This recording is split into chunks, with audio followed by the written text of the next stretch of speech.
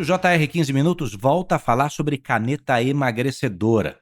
Várias vezes a gente tocou nesse assunto porque é complexo, precisa ser descomplicado, mas também tem muitos benefícios que precisa estar ao alcance de mais gente. Só que dessa vez tem um alerta geral aí, tem muita gente preocupada depois que a Anvisa, a Agência Nacional de Vigilância Sanitária, passou a investigar 6 mortes suspeitas associadas ao uso desses medicamentos, depois de registros de casos de pancreatite aguda em pacientes que utilizavam as chamadas canetas. Esse remédio, gente, começou indicado para diabetes, depois para obesidade, mas também tem sido usado de forma irregular para fins estéticos, você sabe disso. Gente com pressa, gente que compra sem prescrição médica em lugares que vendem sem prescrição e que acabam correndo sérios riscos.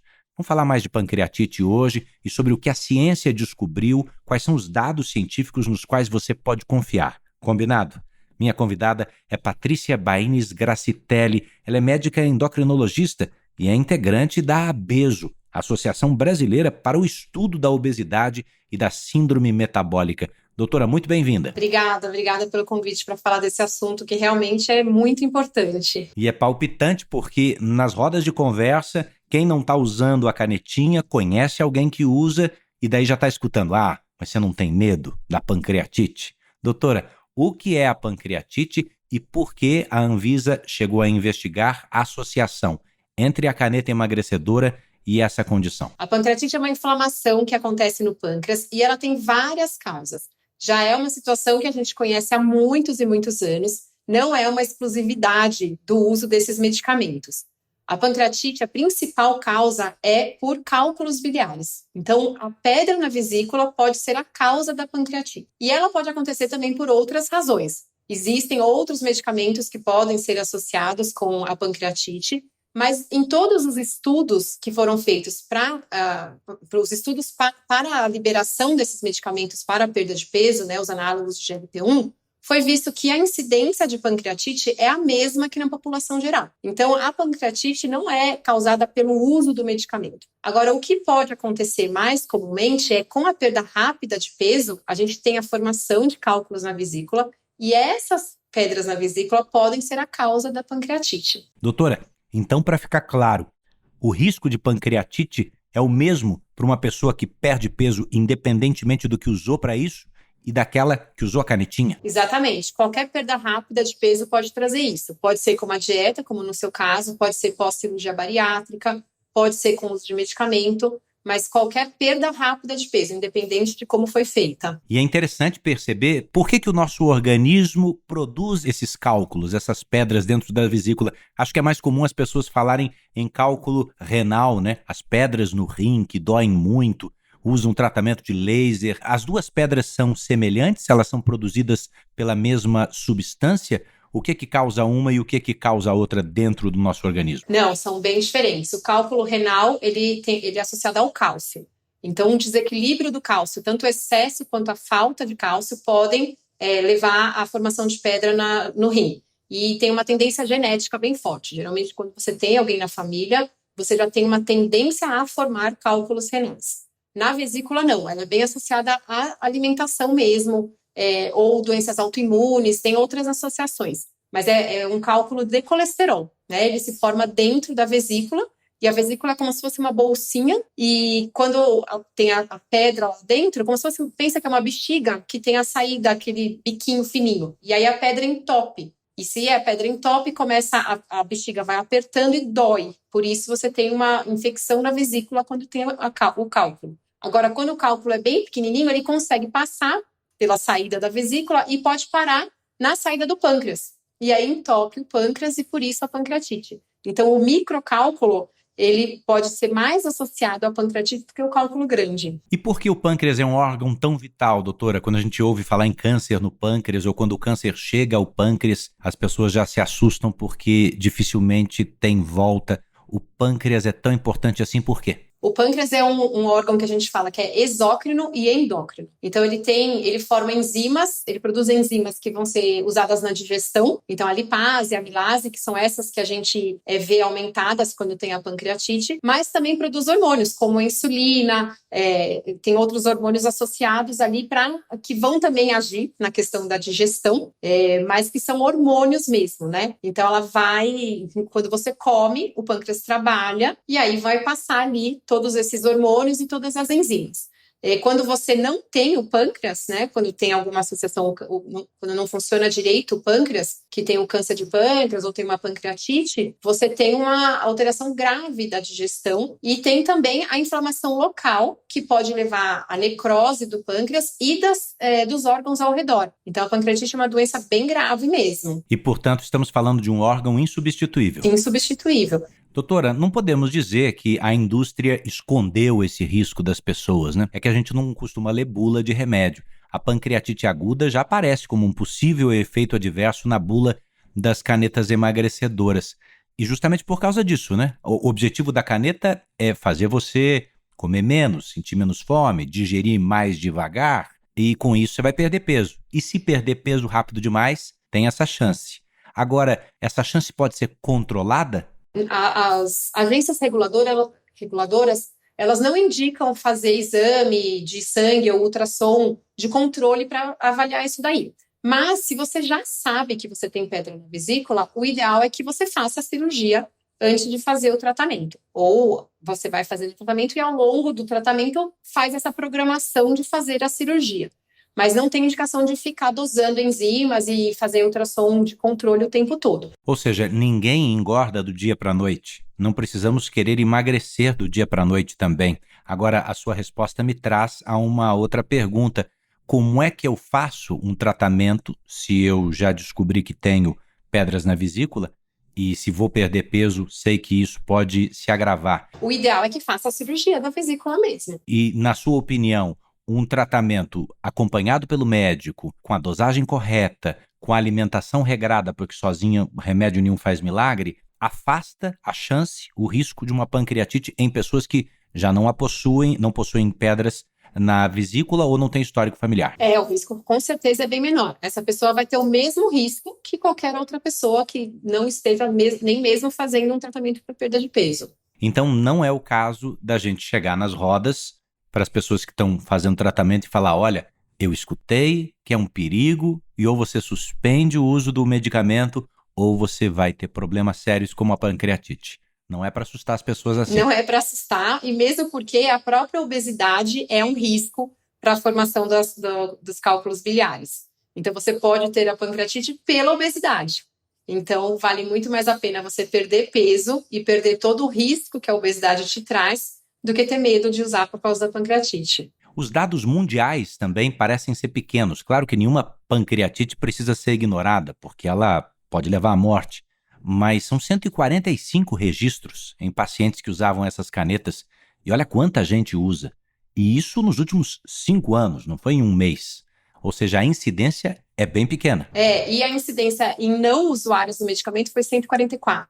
Ou seja, permanecer obeso ou emagrecer de outras formas vai te levar a esse risco da mesma maneira. Doutora Patrícia conversando conosco no JR 15 Minutos. Os casos investigados ainda são considerados suspeitos, né? Como é que funciona esse sistema de farmacovigilância? Por que é tão difícil estabelecer uma relação direta entre o remédio e a doença? Porque são muitos fatores, né? Se fosse um único fator, a pessoa apenas usou o medicamento e por isso teve a pancreatite, seria fácil associar. Mas a gente tem muitas associações, tem a própria obesidade, tem saber se a pessoa usou o medicamento correto ou não, porque hoje em dia o que tem por aí de gente usando medicamento não oficial também é grande. Então, é uma relação multifatorial, e isso dificulta muito. Doutora, cada vez mais especialistas têm falado sobre esse medicamento como de uso contínuo, que ele deveria acompanhar a pessoa que tem tendência a engordar, porque senão o efeito rebote, o efeito sanfona, a memória da célula de gordura jogaria contra, digamos, o emagrecimento. Não adianta emagrecer para engordar o dobro logo na sequência. O que a senhora tem visto em consultório e nos estudos clínicos? A obesidade é realmente uma doença crônica. Então, uma vez que você usa o medicamento e faz o tratamento correto, você não curou a sua obesidade. Você diminuiu o seu peso, voltou a um peso normal, mas você ainda tem a fisiologia da obesidade dentro do seu corpo. Então, o corpo entende que se você perdeu peso, ele precisa buscar aquele peso de volta. O hipotálamo é preparado para isso, o tecido adiposo é preparado para isso. Então, o corpo busca ganhar aquele peso que ele perdeu. Então, aumenta a fome, né? O corpo tem mecanismos de aumentar a fome, diminuir o metabolismo, para que você recupere o peso perdido. Então, não basta só usar o medicamento, precisa fazer todas as mudanças de estilo de vida, né? Precisa manter uma massa muscular boa para manter o metabolismo ativo, precisa ter uma alimentação correta para que você não ultrapasse as calorias que você precisa dormir bem para que seu metabolismo funcione direito. Então, precisa olhar para tudo, não é só o medicamento. E muitas vezes manter o medicamento em dose baixa a perder de vista, para que você não recupere o peso que você perdeu. Que regras de ouro a senhora acaba de dividir conosco? Acho que se as pessoas cumprissem aí, na palma de uma mão, nos 5 dedinhos da mão, o que a senhora acabou de dizer, talvez nem precisassem de canetas emagrecedoras, né? Exatamente. O negócio é não chegar na obesidade, porque uma vez que você chega, realmente é muito mais difícil você se manter magro. Não há que se falar em dieta, em regime. Ninguém devia precisar fazer isso se tivesse como estilo de vida o autocontrole, o sono controlado, o estresse sob controle, mas é cada vez mais difícil, a gente precisa admitir.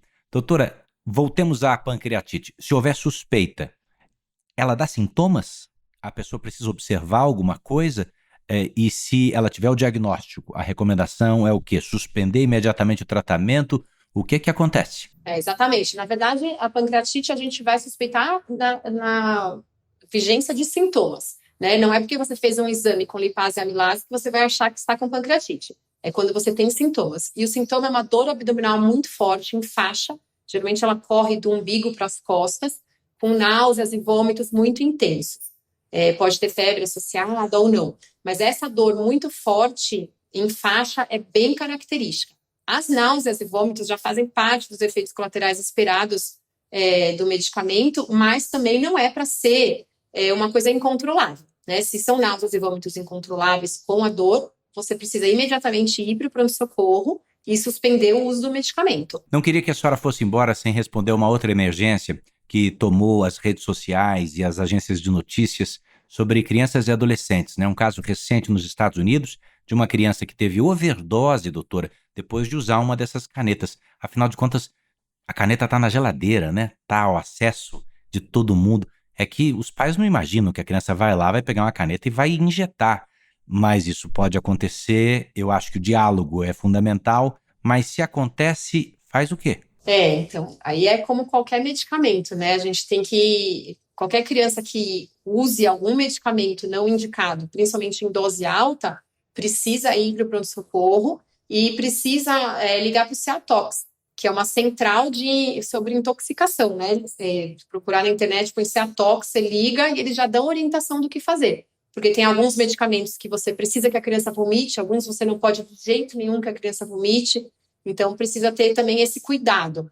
Mas na suspeita de que a criança tiver usado um medicamento que não deveria, sempre procurar o pronto-socorro. Acho que todos nós conhecemos os efeitos maléficos da obesidade e da síndrome metabólica numa vida, né? As canetas vieram para ficar? Os medicamentos vão se modernizar ainda mais, na sua opinião? O que a senhora está enxergando? Semaglutida já está em comprimidos sendo anunciada. No Brasil vai quebrar patente. Vários laboratórios, acho que são 14, estão interessados em fabricar. Ou seja, o preço vai cair. No caso da tirzepatida, que é o Mounjaro, ainda tem um bom tempo de patente, mas já tem uma nova droga que se mostra superior. Para onde a gente está caminhando no combate à obesidade, e a senhora tem isso como algo positivo ou não? Não, muito positivo. Né? Realmente agora veio algum medicamento para ficar. Pela primeira vez, a OMS indicou um tratamento para controle da obesidade, porque até então os medicamentos não eram para controle da obesidade, eram medicamentos para não comer, né? Eram inibidores de apetite. E não é isso que a gente quer. A gente quer que a pessoa coma saudavelmente, mas que controle sua obesidade. Então, esses medicamentos são muito benéficos, né? A gente tem vários estudos que mostram benefício com diminuição de risco cardiovascular, tem vários outros benefícios, não é só a perda de peso. Então, eu acho que quanto mais laboratórios fizerem e tiver mais pessoas tiverem acesso, melhor vai ser para o mundo todo. A doutora Patrícia Gracitelli é médica endocrinologista e é integrante da ABESO, a Associação Brasileira para o Estudo da Obesidade e da Síndrome Metabólica. Doutora, muito obrigado por essa aula aqui a todos nós. Obrigada a você pelo convite. Essa foi a edição 1355 do seu 15 Minutos, que está na palma da sua mão. Basta ter o portal r7.com pertinho de você ou baixar o aplicativo R7 no seu celular todo dia de manhã, que nem pão quentinho, no seu tocador de podcast predileto. A produção de hoje foi de David Bezerra, das estagiárias Agatha Tavares, Bárbara Maiato e Mariana Picciarelli. Sonoplastia de Bruna Franco, coordenação de Deni Almeida, direção editorial Tiago Contreira, vice-presidência de jornalismo Antônio Guerreiro. Eu agradeço a sua companhia. Sou Edu Ribeiro. Bora pra próxima.